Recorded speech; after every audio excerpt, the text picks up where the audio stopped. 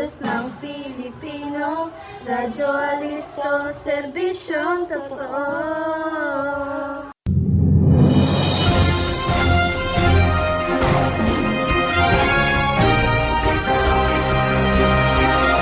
Mula sa bulwagan ng pambalitaan, himpilan at sandigan ng bayan, ito ang DZRA. Sa loob ng 5 minuto, maghahatid ng balitang siksik, sulit na sulit. Ito ang CIC Balita. Jess 28 sa inyong mga radyo. Isang mapagpalang araw, Pilipinas. Ako ang inyong tagalingkod, Kemia Fernandez. At inyong kaagapay, Gabriel E. Kitayen. Para sa mga ulo na nagbabagang balita. Cybercrime sa Pilipinas ay patuloy na naging problema sa social media.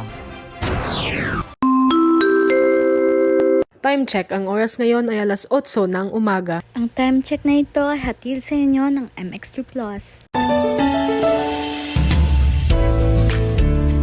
Sa mga millennials at young at heart, bagay na bagay sa inyo ang MX3 Plus. May CoQ10 at may L-carnitine. Sabayan pa ng workout at healthy diet. Kayang ma-achieve ang good health. Mag-MX3 Plus araw-araw para MXtra Ordinary. Mahalagang paalala, ang MX3 capsule ay hindi gamot at hindi dapat gamitin panggamot sa anumang uri ng sakit.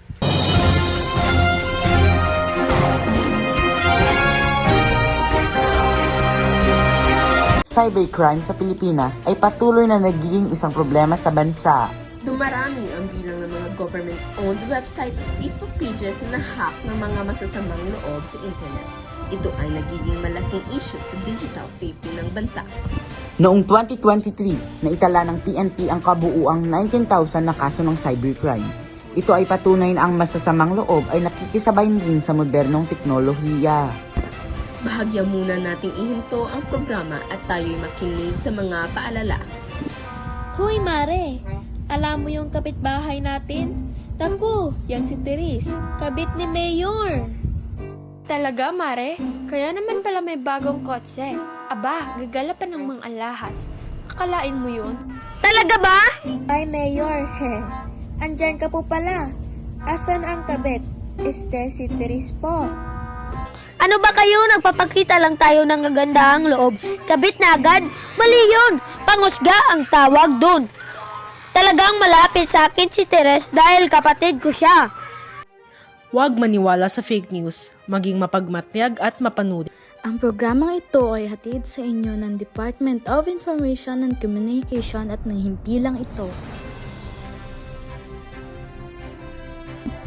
DZRA, Mata ng Bayan, Boses ng Katotohanan.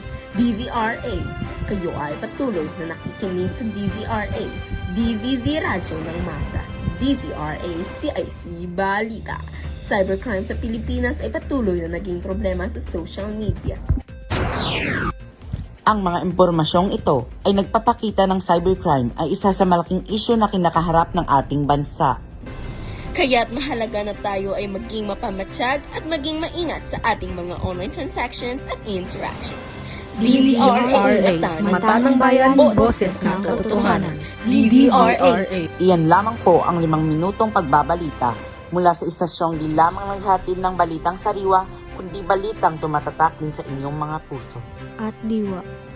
Ito ang inyong tagapag-ugnay, kaagapay, Kemia Fernandez. Hanggang sa muli. At inyong kaagapay sa lahat ng bagay, Gabriel E. Kitayen. Hanggang sa muli. Balitang tapat, balitang sapat. Lahat ay lalantad sa inyo'y nararapat. CIC Balita.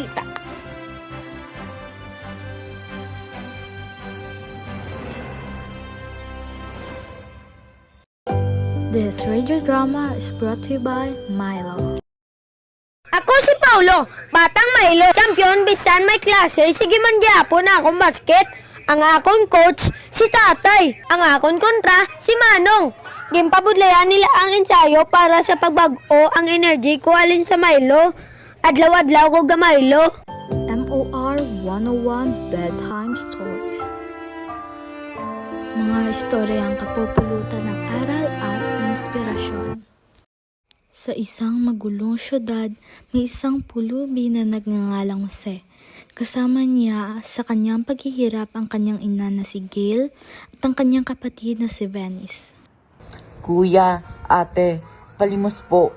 Parang awa niyo na po. Ma'am, bili na po kayo ng sampagita para po sa kakainin ng anak ko.